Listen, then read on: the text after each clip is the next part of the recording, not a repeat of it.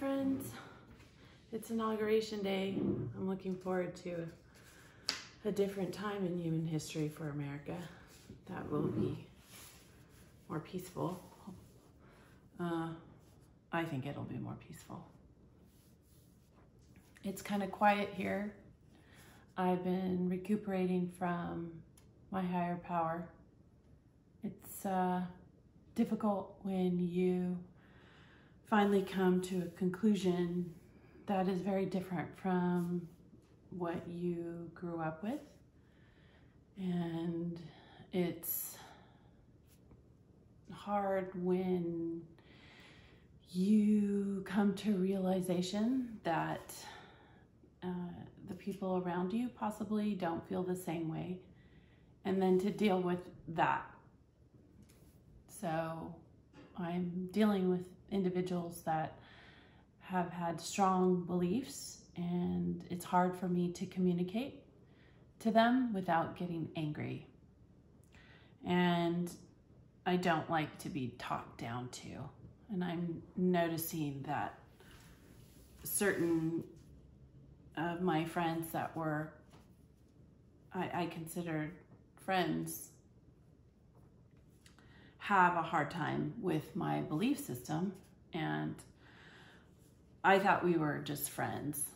I didn't think we were, like, I don't want to be a Bible study. And so, yeah, I don't know if I want to invest in that kind of friendship anymore.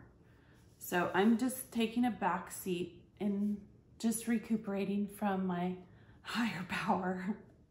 I'm grateful that I have that opportunity. I'm looking forward to inauguration. I'm looking forward to a time when, like I said, we have a different man running the country.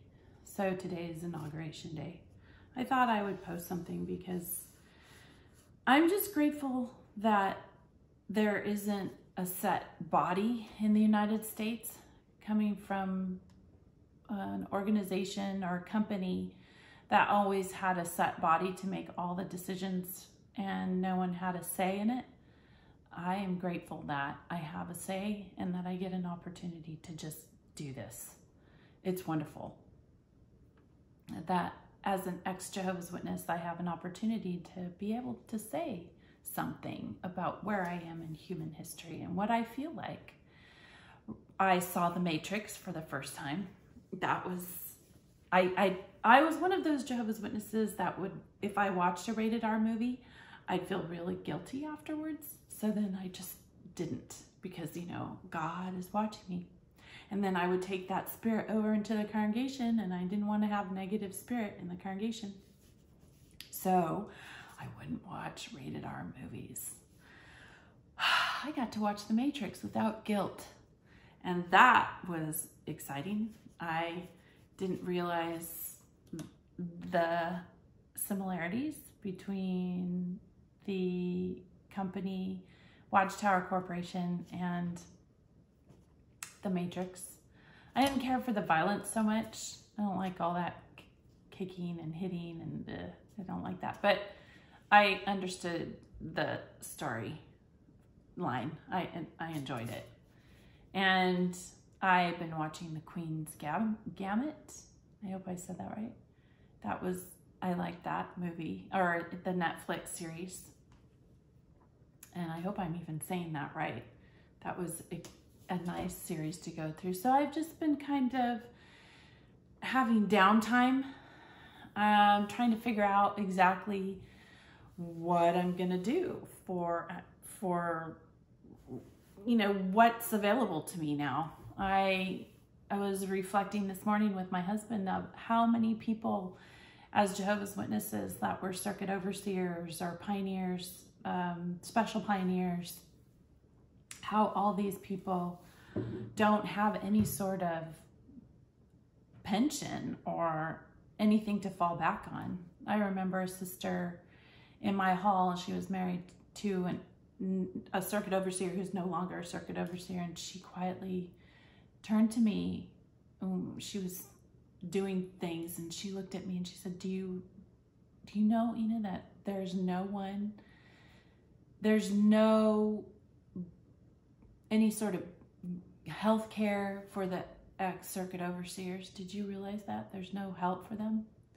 And I just didn't know what to tell her. I said, no, I didn't know that. So the society doesn't provide any sort of health care when someone puts their whole life on hold for the Watchtower Corporation and does exactly what they're assigned to do. They don't have any sort of, there's no soft place to land when they decide that they're going to quit. So, yeah, I've been reflecting on that, and the same with Jehovah's Witnesses that have done exactly as they're told, to put Jehovah first. And that's what I'm trying to I'm trying to find what I need to do for myself and for the future of my family, because I didn't have a full-time job. And I had to always balance life with work. And that was not always easy, and I didn't always want to sacrifice my family. But at the same time, I didn't do things that could have allowed me some freedom when it came to retirement either. So I didn't think about that. There was a lot of things that I didn't think about. My grandmother retired twice, once from the state and once from the government. So she had a nice retirement. Before my grandmother died, where she was Mexican, Hispanic, she spoke fluent Spanish and fluent English. Before she died, President Trump had just gotten his presidency. That was 4 years ago. And she was, like I said, Mexican-American, and I come from family who was Mexican. And she had told me a few times, I can't believe that this man, Trump, became president of the United States. And reflecting back to those words, and then now, it's interesting because we come from a Hispanic family. We come from Mexico. Some of us are Spanish on one side. On my father's side is Spanish, and my mother's side is definitely Mexican. They grew up in LA. And LA looks so different. Los Angeles looks so different from what it did when my grandmother was working as a young girl. It doesn't look anything like that. And the problems that they have right now are so different from when she was alive just 4 years ago. So I'm grateful that she told me those words, because there's a lot of family that endorse, Mexican family in my family that endorsed Mr. Trump simply because of Christian values. One cousin told me, well, I just don't want gay people to teach my children. And I thought, oh, Lord. All right, well, it's just kind of mixed up. I have a lot of Christians that I would never want to teach my children. Never. And so I think that there's just such a great divide in thought. And there's a lot of educated people that I don't really necessarily want them to teach my children, simply because their example and their words are harsh and unkind. So I just think people should be thinking about people, not so much a religion or a sexuality. It should just be the thought of who it is and who's doing that. What kind of qualities do they display? So that's what I'm doing. I'm just recuperating. I'm trying to get my home more aligned and peaceful, and I can't control the world. I can't control people. I can't control their thoughts, but I can control mine. And I'm trying to do that. I'm trying to find it. I'm trying to find people that are going to be good mentors and help me to get stronger. Because I do believe that just because I've lived half my life, it doesn't mean that I am not smart or worthy or capable. I am just older and wiser now. So it's possible to continue to have a good life, even though we've squandered some of the time. And that's what I'm doing. I'm trying to figure out what it is that I can do for myself and for my family financially and continue to grow, because I don't want to remain stagnant, although it is very hard to get out of that and push myself to do something bigger than what I feel comfortable with. So this doesn't always feel comfortable. I don't always like to share, but I think that it's important to document the feelings that you go through. And everybody is different. I'm a mom. I have 2 children. I was an older mom. I had my first child at 36, the second one at 38, and the third one at 40. So, you know, I'm 50 years old. I have a family in a pretty wealthy community, but we are not wealthy by any means. We are not wealthy. We rent in Orange County because the homes here are absolutely ridiculous. And that's not to say that all witnesses are in my position, or ex-witnesses, because there's a lot of witnesses did things quietly. I know my father did. He came in the 70s. So when he bought his first home, he was chastised and told, well, why are you buying a home right now when we should be, you know, expecting Armageddon? So he bought his home in 1975 for a ridiculous amount. $20,000, I think he bought a home, $1,000. Yeah. So it's now, I think, worth, at least the last time my mom got it appraised, it was in the $500,000 range. And there was land, and he had some trees on it. Not a lot of land, but they had dirt. And that is almost, it's for a median income family. No, that's really hard, especially now. And generally Hispanic families live together.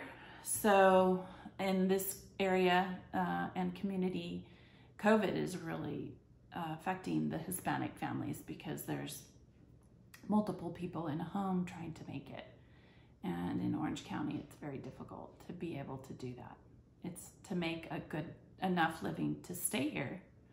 And I noticed too, in my particular area, there's a sense of fear of each other. I noticed that. As a witness too, you feel people a little bit more, and you're willing to talk to them a little bit more, because you're going out from door to door. And I went from door to door till the end, till the absolute end. I was still in door-to-door service. And I feel that people are a little bit more fearful. Like, I will walk to do my walk. After this, I'll do my walk. And I noticed that they will literally walk across the street or in the street, and there's traffic, and they will walk in the street. And I always think, gosh, you're gonna get killed. It's just worth staying on the sidewalk and passing me. I won't breathe. And you don't have to breathe either. Just let's walk so we don't get killed from somebody on a cell phone. There's a lot of traffic. And so it's a little bit, you can feel the tension in the air. So hopefully with this new gentleman in office, President Biden, that will kind of hopefully die down. I have Republicans on my street that voted for Trump and had Trump banners.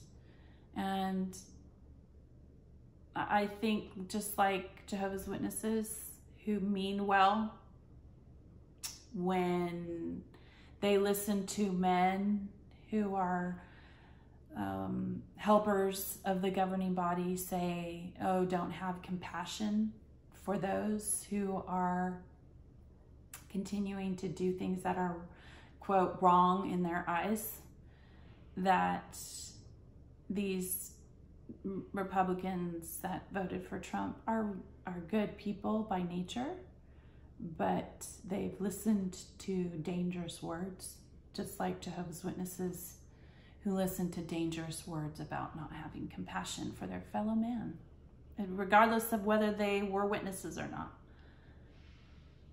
So that's where I am right now. I thought I'd document it. I've been writing down things, and then I hit walls because that's where I am in it. I hit a wall, and then I have to try and push through that. And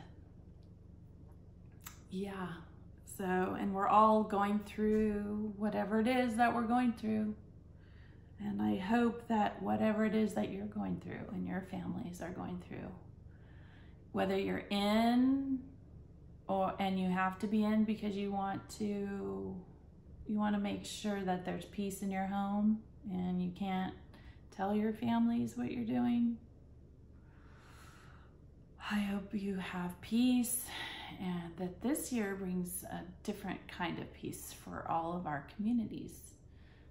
And little by little, that people will open their eyes to the fact that what the governing body has said over the years is presumptuous. And according to the scriptures, that's worse than divination. That's according to the scriptures. So that's where I am in time right now. I thought that it would be a good idea to do a video on Inauguration Day for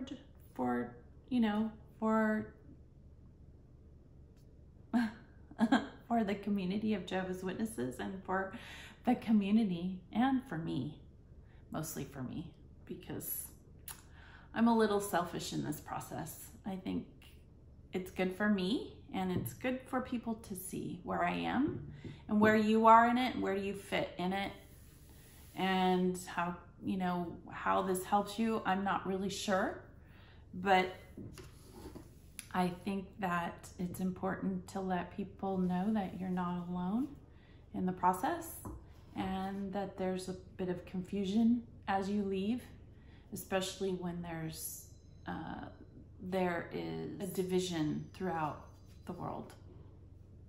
So I hope this helps you on your healing journey.